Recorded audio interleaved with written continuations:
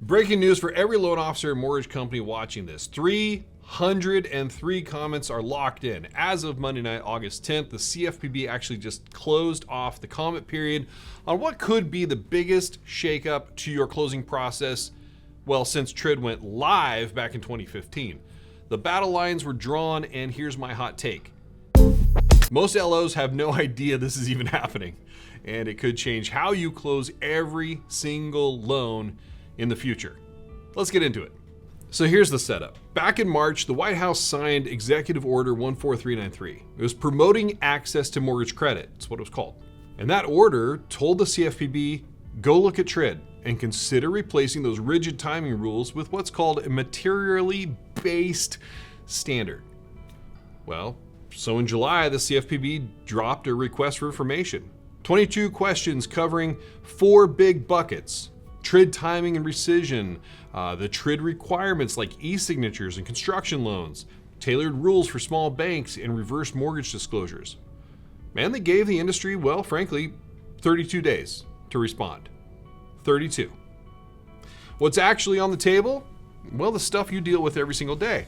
The 3-day loan estimate window after application, the 7 business day waiting period before consummation, the closing disclosures landing 3 business days before closing. 0 tolerance and 10% tolerance buckets are even there. Even the 3-day right of rescission on refinances. All of it is now under review, and you had 32 days to talk about it. All right, but here's where I'm going to give it to you pretty straight. Number one, this is not the revolution that some people are hyping. Mortgage attorney Peter Idziak said it himself. TRID revisions are helpful. And his quote was, more at the margins.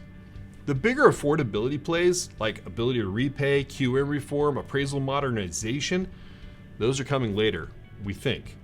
And those are the ones that are actually going to move the needle on getting more borrowers approved more affordably. Well, number 2, and this is the part that I want you to really hear, a shorter or looser timeline, it's not automatically a win for you. Think about it.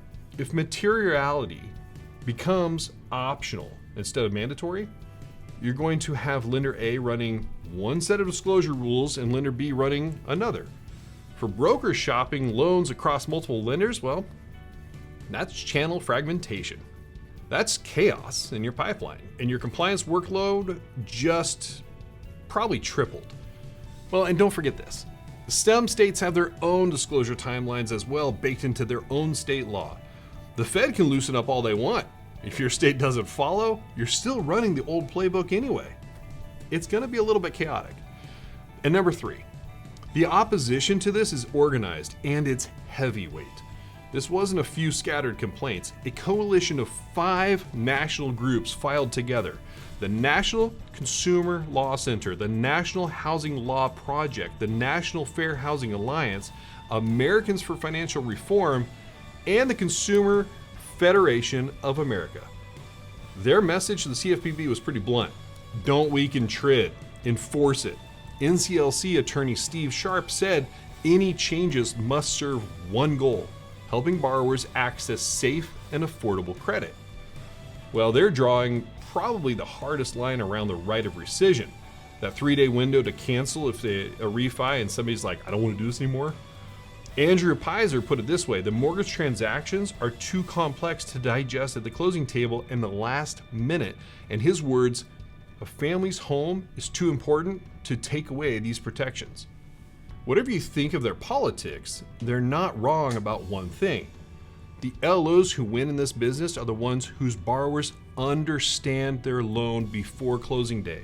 Speed matters, yeah, but a confused borrower is it's a canceled deal and a bad review.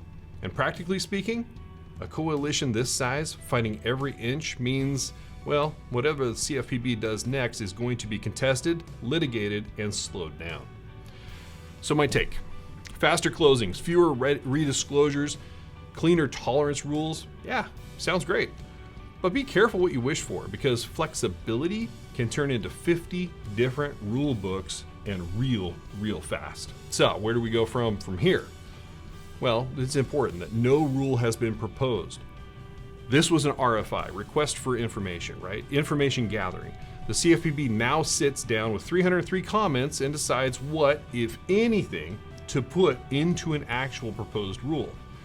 Rich Horn, the guy who literally wrote the original TRID rule at the CFPB, says that the Bureau is signaling real willingness to amend timing and tolerance requirements. But he also points out that any changes to the actual disclosure forms have historically required consumer testing, and that's going to take quite a bit of time. So, here's a dose of reality from industry analysis. A full TRID rewrite is unlikely near term because nobody wants to pay to retool their entire compliance stack during a low volume, tight margin market. Your LOS vendor doesn't want that bill either. Here's your homework, MLO Force friends. Take this and think about it. Number one, you need to audit your own TRID workflow now. Yeah. You brokers, bankers, MLOs, branch managers, and all y'all. Know where your redisclosures come from. Know your cure payments, because if tolerances move, you want to know exactly what changes for you today. Number two, keep your eye on the next dominoes. Ability to repay, QM, appraisal modernization. Those three, that's where the real affordability story gets written. If the opening salvo is considering what used to be called the black hole of TRID timing, then they're signaling that they are willing to consider everything. And number three, stay locked in right here, because the moment the CFPB moves from questions to an actual proposed rule, we'll work on breaking it down for you and how it's going to impact your daily life. If this was valuable, share it with an LO who's still finding out that TRID is a real thing and that changes to the TRID closing table might be coming. I'm Nathan Nottingham with MLO Force. I'll see you on the next one.